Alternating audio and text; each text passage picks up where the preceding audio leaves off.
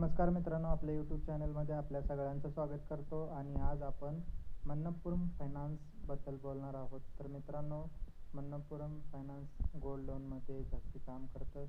याचा straight competitor जर तुम्ही बघितला तर मुथूट फायनान्स आपल्या सर्वांना माहीत असेल. तर आपण या कंपनीचा Q1चा रिझल्ट बघू, काय नंबर आले. नेट प्रॉफिट टंबल 75%, नेट प्रॉफिटमध्ये 75%नी घटलेलं आहे प्रॉफिट, जे की आहे 138 करोड रुपये. आणि फर्म अनाऊन्स डिव्हिडंड पण दिलेला आहे. आणि एक मॅनेजमेंटमध्ये चेंज झालेला आहे. तर जे शैलेश जयंतीलाल मेहता जे आहेत ते रिटायर होणार आहेत ऑगस्ट 27ला.